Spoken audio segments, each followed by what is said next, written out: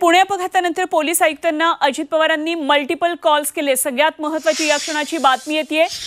पुणे अपघातानंतर पोलीस आयुक्तांना अजित पवारांनी अनेक फोन कॉल्स केले। अजित पवारांनी आयुक्तांना फोन कशासाठी केले होते हे आयुक्तांनी उघड करावं आणि आयुक्तांना फोन आरोपीला वाचवण्यासाठी होता की त्याच्या अटकेसाठी होता असा सवाल विचारत अग्रवाल कुटुंबियांशी त्यांचे काय संबंध आहेत ते लवकरच समोर येईल असं दमानी यांनी म्हटलेलं आहे। तेव्हा 2 दिवसांमध्ये सगळे पुरावे बाहेर काढणार असा इशारा इकडे अंजली दमानिया यांनी दिलेला आहे। महत्त्वाची बातमी या क्षणाची पुणे कार अपघात प्रकरणातील येते। अजित पवार यांच्याशी संबंधित ही बातमी आहे। महत्त्वाची बातमी, पुणे अपघातानंतर पोलीस आयुक्तांना अजित पवारांनी अनेकदा कॉल्स केलेले आहेत। अजित पवारांनी आयुक्तांना फोन कशासाठी केले होते हे आयुक्तांनी उघड करावं असं अंजली दमानी यांनी म्हटलंय। तर आयुक्तांना फोन आरोपीला वाचवण्यासाठी होता की त्याच्या अटकेसाठी होता असा सवाल विचारत अग्रवाल कुटुंबियांशी त्यांचे काही संबंध आहेत। अमृत नोनी गॅस्ट्रिन, अपचन, ऍसिडिटी, गॅस्ट्रबल ह्यापैकी तुम्हाला कुठलाही गॅस्ट्रिक प्रॉब्लेम झाला, उपाय एकच, अमृत नोनी गॅस्ट्रिन।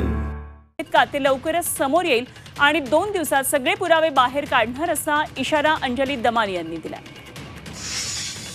मल्टिपल कॉल्स त्यांचे सीपीचे आणि अजित पवारांचे झाले, मल्टिपल कॉल्स, आणि त्याच्यावर देखील मी आज सकाळी ट्विट केलं आहे की त्यांचे मल्टिपल कॉल्स जर झाले असतील तर मग ही गोष्ट अजित पवारांनी का लपवली, 4 दिवस ते माध्यमांशी का नाही बोलले। जर त्यांना इतकंच होतं की ज्यांनी ते केलंय कृत्य त्याला शिक्षा व्हावी तर पालकमंत्र्यांनी 24 तासाच्या आत तरी निदान माध्यमांशी संवाद साधायला हवा होता।